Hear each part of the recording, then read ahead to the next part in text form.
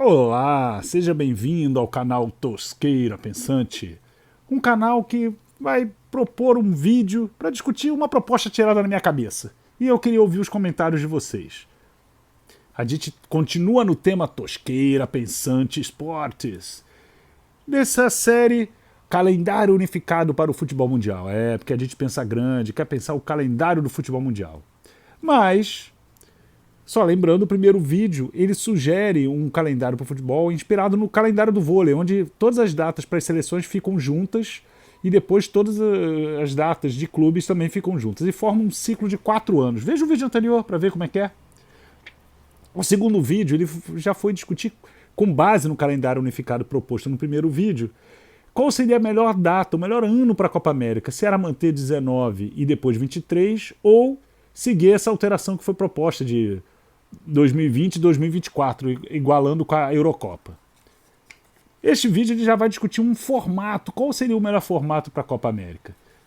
Bom, é um assunto difícil, porque você fazer um torneio de tiro curto com 10 seleções é complicado, né? Mas vamos lá.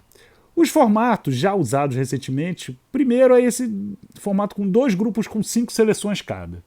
Nele, 2 formas foram feitas. Uma passando os 2 primeiros colocados de cada grupo para uma rodada final.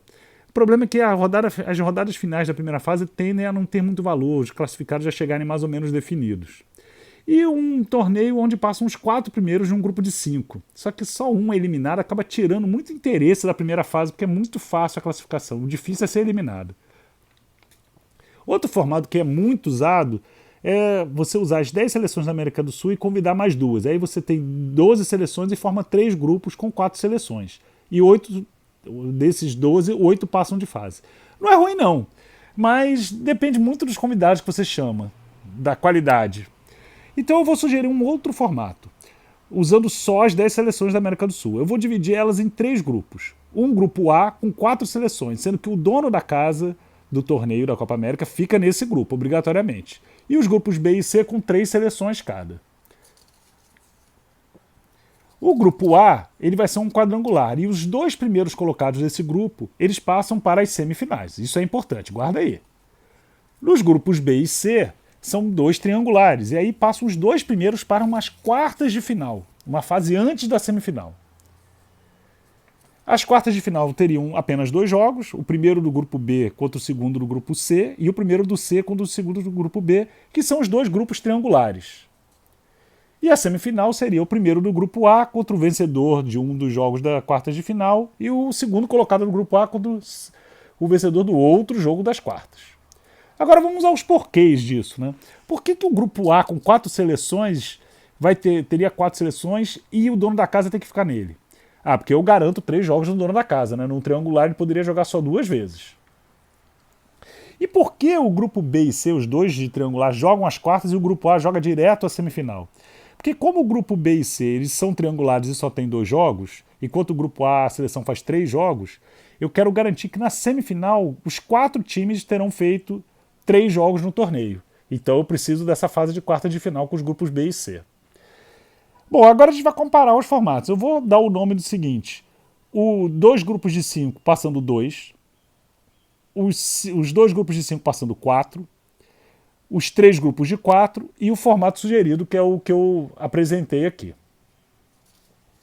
Se a gente fizer a comparação de número dos jogos para você ser campeão, o torneio dos 5 passam 2, o time precisa jogar 6 vezes, 5 passam 4, 7 vezes, os 3 grupos de 4 são 6 jogos e o meu formato sugerido seriam 5 jogos para ser campeão.